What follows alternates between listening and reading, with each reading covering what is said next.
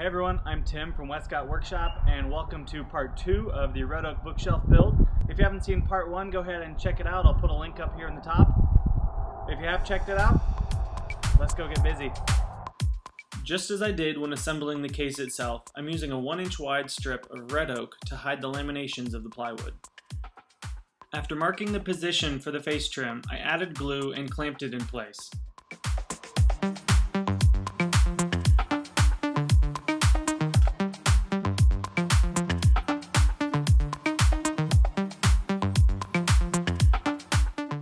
At first I had a little bit of a hard time getting the joint to remain perfectly flat, so I added several more clamps and held it in place until the glue dried.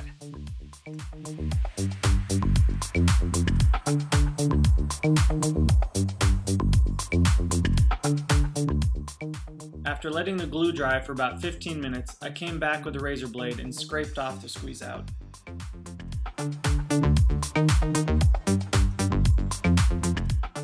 Once the glue had fully dried, I removed the shelf from the clamps and repeated the process with the remaining shelves.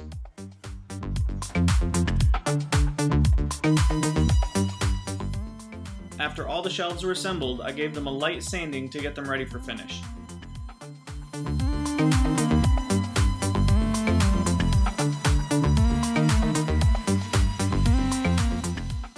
With the shelves sanded and ready for finish, I moved back over to the case and started working on the shelf pinholes. The holes are going to be 6 inches offset from the top and bottom of the case, so I marked that off before I started drilling.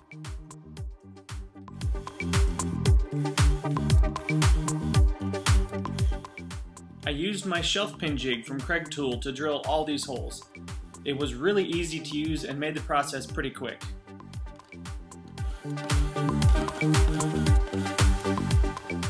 If you're interested in learning more about the shelf pin jig from Craig Tool, I'll add a link to my review in the top of the video.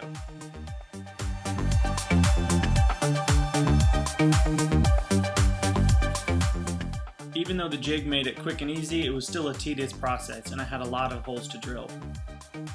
Once I finished drilling all of these, I still had to turn the project over and drill the other half of the holes.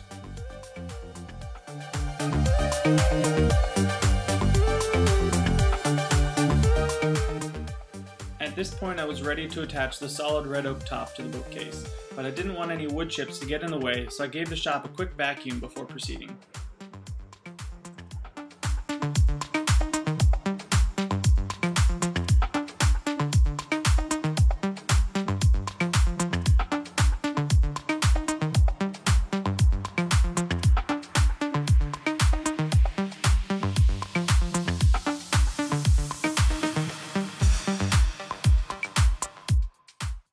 Once I put it in place, I realized that there was a slight warp in the red oak top, so I used a couple of parallel clamps to hold the ends in place and then a whole bunch of trigger clamps to hold the middle.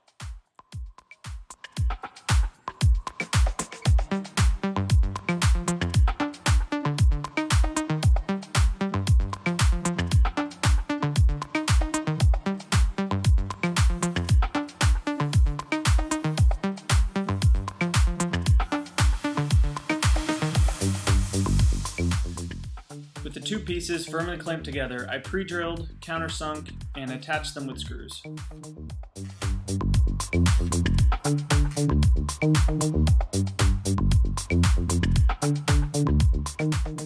This project is going to have a fairly easy life. It's going to be indoors in my office, away from the sun, not exposed to the weather, so I decided to use a water-based polyacrylic from Minwax.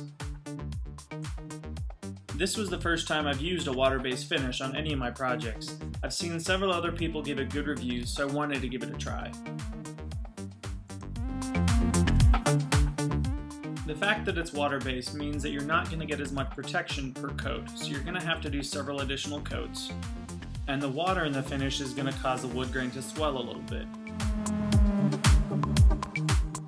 I didn't notice any swelling in the red oak plywood, but I did get swelling in the solid red oak top. But applying multiple coats and sanding in between those coats eliminated what little swelling there was. The best thing about using this polyacrylic finish is just how easy it is to clean up. I didn't have to use any solvents. In fact, it all came off so easily with water that it took me about 2 or 3 minutes to clean out my brush. I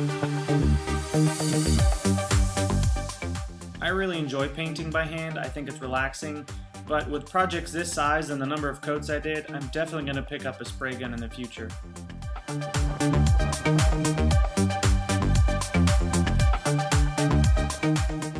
I applied a couple more coats, sanding between each coat, and let the whole thing dry for 24 hours. Then it was ready to be put in place.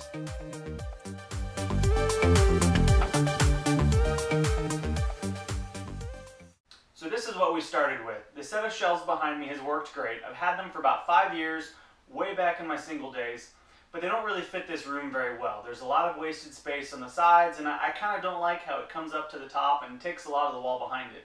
Well, after moving the boxes out, I was able to get the red oak bookshelf in. It was actually a little too close of a fit, and I had to pull the quarter round off of the floor to get it in place.